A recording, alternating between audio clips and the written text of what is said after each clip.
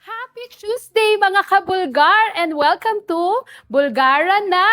Yes, I'm back. Your attentionist Navida is back. Pero pasensya na po kayo kung hindi pa in full force ang aking boses. At medyo recovering pa rin po ako hanggang ngayon dahil 3 days na po akong walang boses. And thank God kahit papano po bumalik. At syempre, hindi ko po matiis na hindi kayo makasama. Kaya ito po, nagbabalik para tsumika. At syempre, thank you sa aking sub kahapon na si Mitch Maka na itawid niya ang aking programa, 'di ba? Dito syempre at nakapaghatid siya sa inyo ng maiinit na balita dahil ayaw nating ma-miss na kahit isang araw ay hindi tayo makapag-chika sa inyo. Kaya eto, samahan niyo na po ako bago pa maubos uli ang aking boses sa aking mga ibabalita ngayong Tuesday dahil napakarami na naman pong mga balitang showbiz na dapat nating pag-usapan. At unang-una na nga po dyan, ito nga nangyari sa big night ng Pinoy Big Brother Celebrity Collab Edition 2, kung saan hindi lamang po ang Big Four ang pinag-usapan, kung hindi pati si Mavi Legaspi at ang kanyang hosting job. Ito nga po guys, ang dami pong nambash kay Mavi na anak ni na Miss Carmina Villaruel at Soren Legaspi dahil dun po sa kanyang sinasabing sablay na hosting at mukhang hindi na happy ang mga fans, especially yung mga nasa online. Dahil ang reaction po nila, naging malamyaraw ang hosting ni Mavi at walang dating, walang kabuhay-buhay. Pero syempre, nagpaliwanag naman po agad dyan si Mavi. At ito nga, sa pamamagitan ng kanyang Facebook account, sinagot niya po at ipiniliwanag niya kung bakit ganon yung klase ng kanyang performance sa Big Night. Siyempre, ina-expect natin, di ba lahat na pag ganong mga special occasion at Big Night pa naman, talagang in high energy yung mga host. Pero napansin nga po ng marami na si Mavi ay hindi raw makasabay doon sa mga main host ng PBB. Kaya eto naman po yung kanyang explanation and babasahin ko lang po sa inyo yung kanyang quote. Ayan, sabi po ni Mavi, yan. To my PBB Online Verse family, thank you and congrats to us. Ayan. We experienced the worst microphone delay and could literally hear our voices echo in the venue, which made it difficult to talk. I would like to apologize if I sounded slow at times during our online live session on YouTube and Facebook. We did our best even if it was really difficult because of the because of the sound delay. Thank you for being patient with us. Ayun naman pala. Yun yung nangyari guys. And it really happens ha. Ako, naiintindihan ko si Mavi dyan kasi alam nyo kapag minsan po sa premiere night sa mga cinemas, may mga ganyan din pong technical difficulties. Nangyayari din po talaga yan. And even po sa mga press cons, kapag yung microphone ay nag-e-echo, at nagmamalfunction. So, nagkakaroon nga po ng delay. Pero at least, ginawa naman po ni Mavi yung best niya. Siguro lang, lesson learned lang din to kay Mavi na mas i-handle pa yung kanyang hosting, di ba? Pwede namang mag-ano na lang siya, ad-lib ng iba na para ma-explain bakit nagkakaroon ng delay, di ba? Minsan, pag magaling talaga yung host na itatawid yan. Although, hindi naman natin sinasabi, sorry guys, ayan, inuubo pa ako. Hindi naman natin sinasabi na hindi magaling na host si Mavi. Kaya lang, syempre, dahil lahat naman yan na-experience ng mga host, di ba? Ako nga, nagkakaroon ng ganitong problema. No? Kaya, ayan, iinom lang ako, for a while lang po. O, di ba? Yung mga ganito talagang nangyayari po talaga, lalo na po sa mga live. Hindi po natin maiiwasan yan. So, ang sa akin lang, as long as yung dedication ni Mavi sa craft niya, ay nagagawa naman niya, okay lang po yan, di ba? At ang napapansin ko lang kay Mavi, sa ngayon parang, sorry, napapansin ko lang kay Mavi, sa ngayon parang mas nagiging kamukha siya ni Mr. Aga Mulak. Napapansin niyo rin ba yon? Yung laki niya, yung build niya ngayon, parang mas close kay Aga kaysa kay Soren Legaspi, di ba? Sorry. Ayan na, ang dami ng mga comments. Pero mamaya babasahin po natin yan guys. Lalo na si Joshua Bendia na hindi pa tayo naka-air pero nag-comment na ha. Thank you kay Joshua Bendia. Na ewan ko kung nakakapanood din ng PBB. Anyway, ayun. Sa akin lang si Mavi Legaspi. Siguro, ah, aside from hosting, pwede rin naman siyang i-try sa acting, 'di ba? Nagiging setback lang kasi minsan ng mga artista kapag sobrang gwapo, 'di ba? Alam naman natin perfect ang, mukha ni Mavi. Sabi nga para siyang Aga Mulak 'no, na, mas kamukha niya si Aga Mulak. Pero in fairness kay Aga, 'di ba habang mas tumatanda siya, habang nag-e-age siya, mas nagiging magaling na aktor. Kaya itong si Mavi Legaspi, kung, mare-reinvent lang niya yung sarili niya, 'di ba, na maging mabuting aktor, maging magaling na aktor, 'di ba? I'm sure soon mailalabas din niya yung kanyang talent na 'yan. Kasi si Cassie, nagkaroon na ng kahit papaano nung reinvention, 'di ba? Nakita natin pumayat na siya, tapos ngayon aside from hosting, nag-acting na nga rin si Cassie. So, bakit man hindi puwedeng i-try ni Mavi at kung magkakaroon lang siya ng maayos na ka-love team o yung magki-click talaga, 'di ba, why not? Siguro tamang break lang yung kailangan niya para, to make it in showbiz, sabi nga. And I'm sure nandiyan naman po ang kanyang, supportive parents na sina Carmina Villaruel and Zoren Legaspi para gumabay sa kanya, ayan. Okey. Ay naku, may mga sumisingit na. Hmm, si Ate Julie Bonifacio ang aking co-host sa Spill the Bee. Hello, Ate Julie. Ayan, medyo hindi pa ako okey. Actually, parang inaabangan ko nga kung bigla kang papasok, Ate Julie, para saluhin ako, 'di ba? Pero sa Saturday tayo magte-taping, okey? Si Ate Julie ang aking co-host sa Spill the Bee. Maraming salamat din po sa mga tumututok sa Spill the Bee, ha. Ayan, nanonood sa atin.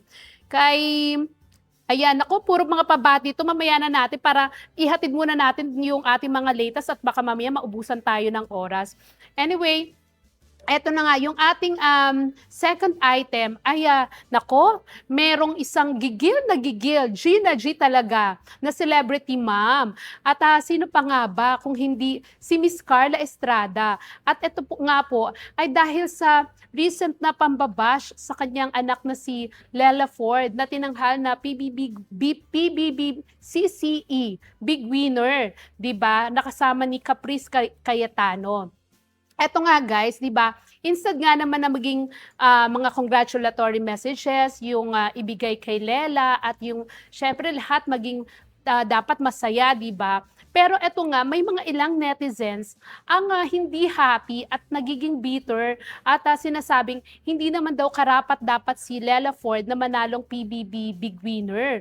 At may mga nangiintriga pa na yung nakuha daw na votes ni Lela ay galing lang kina Carla Estrada at Daniel Padilla. Dahil alam naman natin, 'di ba, may pera na sila ngayon, 'di ba? Hindi tapos na yung gone were the days na naghihirap sila, walang makain, 'di ba? Na alam naman natin pinagdaanan nila talaga. Pero ngayon, eto na nga, ang iniintriga, yung votes daw ay galing kina Daniel at Carla. Pero ang sagot po ni Carla diyan, eto guys ha, to be honest, sabi niya ganyan, kung tutuusin may pera nga naman sila, pero ayaw niyang magbuhos ng pera para lang manalo si Lela. Kasi pag ganun nga naman, di ba parang, ba't pa sumali sa contest? Sorry. Ba't pa Ba't pa sumali sa contest kung sila rin naman pala yung magiging way ng, para magtagumpay siya. Mas maganda nga naman yung, tagumpay na pinaghirapan niya at yun yung gusto niyang ma-realize ng mga anak niya, 'di ba? Para maabot yung tagumpay, kailangan paghirapan munang mabuti. Kaya, sa mga sinasabi nga niya sa mga bashers, sana naman maintindihan nila, inirerespeto naman niya yung mga ayaw kay Lela, 'di ba? Pero sana rin irespeto rin daw yung desisyon ng mga ng sambayan ng Pilipino na bumoto. At eto nga sa kanyang, social media account, sa kanyang Facebook account, ay hindi talaga nakapagpigil si Carla kasi naman grabe yung mga pambabash na inaabot ni Lela at yung iba po talaga below the belt. Actually, meron pong mga, may nag-comment na isang, netizen na parang ang sinasabi sana daw, ma-depress din si Lela doon sa mga inaabot niyang pambabash at magaya kay Eman, na ang tinutukoy of course ay si Eman Atienza. Ang anak ni Kuya Kim na alam naman natin na this year lang din, 'di ba, ay, nagkaroon ng misfortune habang nasa States at, nagkaroon ng depression hanggang sa namatay nga, 'di ba? At siyempre doon naapektuhan si Miss Carla. Parang sobra na nga naman para 'Di ba, sabihan yung anak niya ng ganito, to think na although hindi naman na siguro minor itong si Lela, 'di ba, pero hindi naman deserve ng kanyang anak na sabihan ng mga ganito ng mga taong hindi naman nakakakilala sa kanila, 'di ba? Parang kahit pa celebrity 'yan, kahit pa sabihin natin public figure 'yan, wala pa ring karapatan yung mga netizens para sabihan siya ng gano'n na alam niyo makaka-affect sa kanyang mental health, 'di ba? Kung hindi ka masaya, o 'di sabihin mo na lang na hindi naman niya deserve manalo, pero para sabihin pa yung tipong, dapat matulad ka kay Emma Atienza, grabe nga naman yung guys. Kaya eto na nga, nag-post si Carla na sabi niya, ipahahanap niya kung sino 'tong mga bashers ng kanyang anak at, sa ngayon daw napakadali na lang i-trace 'yan, 'di ba? Diyos ko mag-ano lang siya sa NBI, ang dali-dali ng i-trace sa mga Facebook account ngayon lalo na kung alam na trolls lang, 'di ba, o kung, real account man siya. So, sana yung mga bashers talagang mag-ingat-ingat po kayo sa mga sasabihin niyo dahil may responsibility po tayo bilang social media users. Hindi po porke may sarili tayong page ay masasabi na natin or dapat nating sabihin lahat ng nilalaman ng loob natin. 'Pag ito po ay damaging na sa ibang tao, 'di ba po, pag-isipan munang mabuti dahil baka mamaya akala niyo po okay lang pero mag-land na tayo sa presinto. Mamaya andiyan na yung NBI at hinuhuli na tayo. So mag-ingat-ingat lang po, 'di ba? At, si Miss Carla Estrada, yun lang, ang masasabi ko bilang ina siyempre naiintindihan natin yung kanyang nararamdaman, kung ipinaglalaban man niya yung kanyang anak. Pero dapat din siguro turuan niya rin si Lela na maging strong lalo na't nasa showbiz na, 'di ba? Kasi si Daniel Padilla nung nag-uumpisa ganyan din.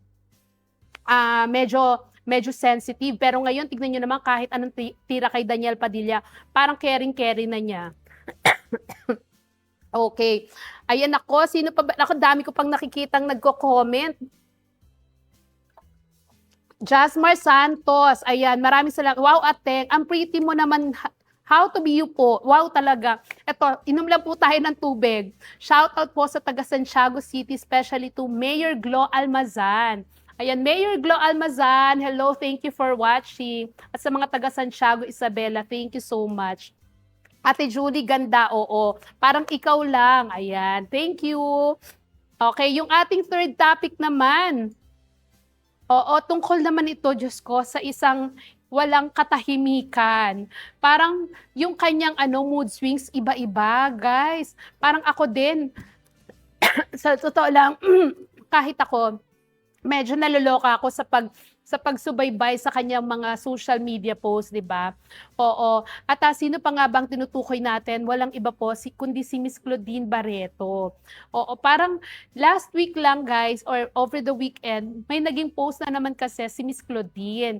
At, parang nasa warla mode na naman siya doon sa kanyang mga ipino-post kung saan ang pinatutungkulan niya ay ang kanyang, ngayon ay ex-boyfriend na o at least ayan confirmed na, 'di ba? Last week lang sinabi nga natin na, tinukoy pa natin na boyfriend niya si Mr. Milano Sanchez, ang younger brother ni Miss Corina Sanchez.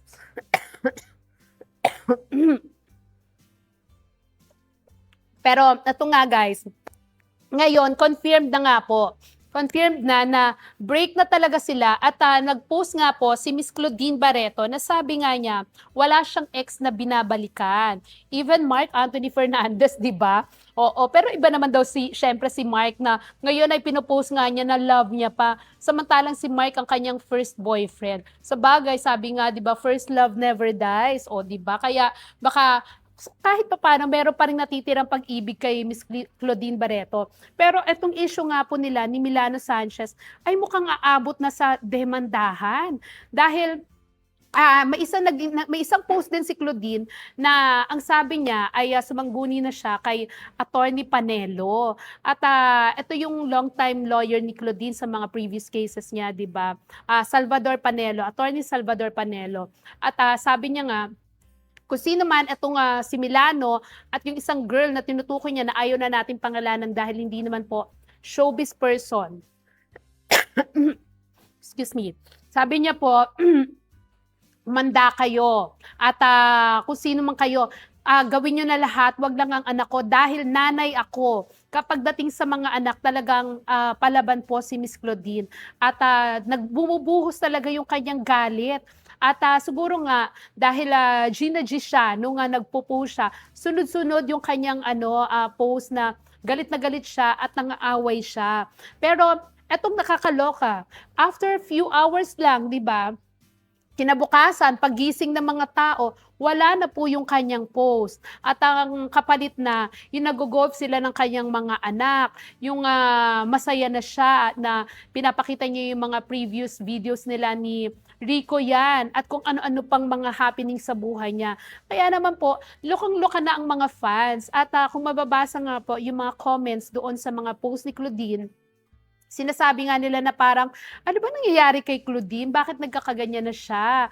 'Di ba? At yung ibang fans nato-turn off na at sabi nila, "Sorry, Claudine, idol ka namin noon pero 'pag, ganyan daw yung stable yung ano, yung mental stability niya na hindi nga, stable, 'di ba parang pa iba-iba yung kanyang, mood swings." 'Di ba parang naaano sila na, ano na bang nangyayari at nato-turn off sila doon sa ganyang, nangyayari ngayon kay Claudine Barreto. So, sana lang din, katulad nga nung sinabi ko last, episode natin ng Bulgara na 'di ba, sana may mga friends si Claudine, yung mga true friends niya na magpayo sa kanya na, or makinig sa kanya kung may mga pinagdaraanan siyang problema, kung may mga issue siya na dapat i-resolve sa buhay, sana masamahan siya, matulungan siya, mabigyan siya ng tamang payo, 'di ba? Para hindi yung ganito na kung ano-ano yung mga pino-post niya sa social media and then after buburahin din naman niya. So yung mga tao parang, "Ano nangyayari?" 'Di ba? Bigla kang magwa-warla mode tapos mamaya okey ka na naman. Kaya nga 'di ba, parang anong purpose ni Claudine, gusto lang ba niyang pag-usapan? So, pero may mga nagsasabi rin po na baka naman pinagsabihan siya ng kanyang mga lawyers na, baka maka-affect dun sa kaso kaya binura din niya yung mga post niya. Pero tulad nga po ng sinabi ko, sana ayusin muna ni Claudine yung kanyang sarili at, para sa mga anak niya, kung totoo yung sinasabi niyang para sa mga anak niya yung kanyang ipinaglalaban, ilagay niya sa ayos at sorry, wag niyang bigyan ng kahihiyan yung mga anak niya, 'di ba? Kasi anything na ipino-post niya sa social media, yung nakikita sa kanya ng mga tao, 'di ba, magre-reflect pa rin yun sa mga anak niya. So, kung, talagang ang iniisip niya ay for the welfare of her kids, 'di ba, sana isaayos niya yung lahat at iwasan niya mag-post sa social media ng mga bagay na hindi naman dapat, lalo na po yung mga ganyang away-away, nakakanega, 'di ba? Kaya hindi natin masisisi yung ibang fans kung bakit gano'n yung reaction nila kay Claudine Barreto. Ayan. Okay, so ayan na guys yung ating mga naku, naitawid natin kahit papaano yung ating mga balita. So, time na for shout out at, siyempre mga pabati portion. Ayan, basahin na natin yung number 1 fan natin dito sa Bulgar na everyday po ay talagang may pabate at siya nga po ang, may dictionary ng mga may birthday na celebrities everyday. Of course, sabi niya, belated happy birthday, March 2 kay Miguel Canda, Gabby Eigenman, Zach Guerrero, Dalia Yusuf. Today yata yung kay Dalia, ang anak ni na Ann Curtis at Irwan Yusuf, of course. Miriam Manalo, AZ Martinez, Gerald Napoles talaga, birthday din ni Gerald. O, double celebration pala, no? Kasal tsaka birthday. Nadine Samonte, of course, nakita natin yung post ni Nadine. And Bianca Umali, ayan.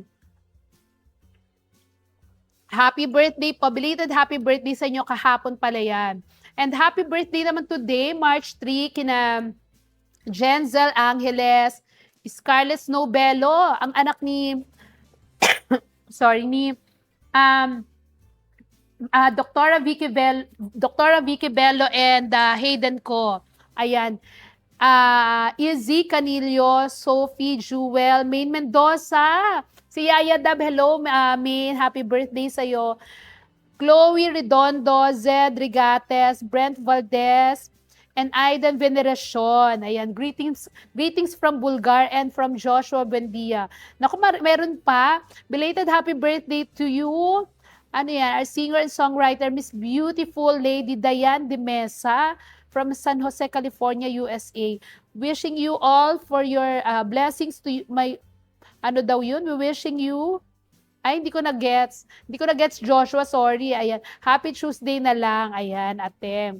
And, oo, maraming salamat. Ay, at kay Chris Galvez na last time nakita nating nagpa-shoutout pero hindi natin nabate. Hello Chris, ayan, isa rin sa mga nakatutok sa ating Bulgaran.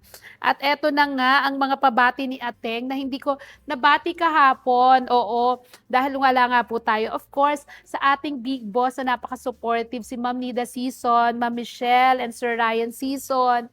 Attorney Persida Acosta, ayan, and kay Miss Mai na kanyang secretary. Maraming salamat po sa lahat ng suporta. Hindi lang po sa akin, kundi pati sa Bulgar, of course, at sa mga readers niya po ng kanyang column.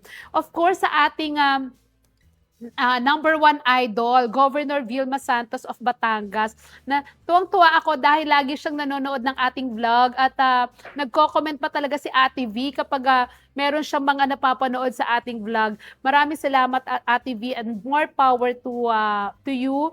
At sana 'di ba, maraming nag-aabang na mag-level up pa yung kanyang career pero sabi nga ni Ate V, no muna ngayon at wala sa isip niya 'yan. Okay, sa ating ninang Christopher Min, ayan na lagi rin nating syempre hindi natin nakakalimutan kasama ang kanyang co-host na si Wendell Alvarez at si Romel Chica. Oo, na lagi niya kasama sa show. Of course, ang ating kapatid from Bacolod, Chan Torres, di ba na nanonood na rin sa atin ngayon? At nakatutok na rin sa ating show. Kasamahan po natin dati to si Chan. Dati po siyang writer, pero ngayon vlogger na po siya sa Bacolod. Ayan, kay Perlita Jonyo, ayan na pinsan po ng aking pinsan at nanonood din ngayon. Maraming salamat. Kay Eman Poyos, ayan na lagi nating nahihinga ng pabor pero hindi natin na siya shoutout. So, ayan na, bumabawin tayo. Salamat, Eman. Sa aking, sa nanay na aking best friend na si Tita Net Angkay, all the way from Bohol. Ayan na, sabi ko, manood si Tita Net at sabi niya, ichuchika niya rin sa mga kapitbahay niya para dumami ang ating viewers sa Bohol. Maraming salamat, Tita Net. Sa aking parang apo na rin ito kasi apo siya ng aking best friend na si Yuka Ray Mata. Hello, belated happy birthday and enjoy life. Parang mga ilang taon na ba si Yuka? Parang mga 4 na yata. Sa ating kapatid na si Gay Ace Domingo na laging nagla-like and naka-follow sa ating Facebook post. Maraming salamat, Gay. Sa ating sister na nakabanding natin sa katatapos lang na Ice live concert ni Ice Guerra na si Mary Rose Antazo, kapatid na Lot, maraming salamat, nabitin ang ating bonding pero I'm happy na sobrang nag-enjoy tayo sa concert ni Ice. Sa aking kumaring Joy Floresca na anytime, ayan, pwedeng tawagan para humingi ng tulong. At sa aking pinsan na si Kuya Romel Navida, maraming salamat. And of course, sa ating online department na bumubuo ng ating show para maging successful, maraming salamat sa inyo. Lalo kay Direk Shine, ayan, napaka-efficient niyan. Sa aking editorial department, ayan, makasamahan ko sa editorial department. Sa aming circulation department, Tita Josie, ayan, nasabi niya, ate, araw-araw pa lang show mo. O, araw-araw kitang binabate, Tita Josie. Si Georgie, si Girlie, and of course, si Mitch. Ate Feli Nang, na isa rin sa mga host natin dito sa online, di ba? Ate Liza, ayan. At Tintin Tamayo, of course, na ating HR and Ma'am Lizelle. Ayan. And Ate Marisa. Okay, ayan. So guys, maraming salamat po sa lahat ng mga tumutok sa atin. Oy, sabi ni Mitch, wow, ang ganda mo, Ateng. Oo nga, grabe, parang walang sakit. Parang walang sakit, no? Pero obvious sa boses. Pasensya na po kayo. Sana bukas okay na ako. No? Ang tagal pa naman nung ngayon, cough and colds, no? Uso po kaya mag-ingat po tayong lahat at lagi pong uminom ng tubig para hindi po nagdadry yung ating lalamunan at maiwasan po natin yung sakit. So guys, ayan, ay, wag nyo rin po palang kalimutan. Pag makalimutan, ako naman nakakalimot. Ayan, bumili po ng Bulgar everyday dahil hot na hot po ang ating mga issues.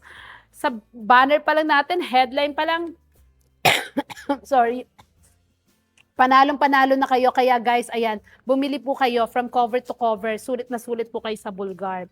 At i-follow nyo rin po ang aming mga social media accounts sa Facebook, TikTok, ano pa ba? Twitter, Instagram, di ba? Para lagi po kayong updated. At ang aming bulgaronline.com. Ayan. Mababasa niyo po ang mga latest balita dyan sa bulgaronline.com. Lalo na po sa mga hindi naaabot ng hard copy ng aming Bulgar. So, mag-log on lang po kayo sa bulgaronline.com. Ayan. So, again, guys, maraming salamat po sa pagsama niyo sa akin sa ilang minutong chikahan. Tomorrow po magkita-kita ulit tayo, same time 3 p.m. Dito lang po sa Bulgar Facebook page para sa Bulgaran na! Ingat po tayong lahat. Bye-bye!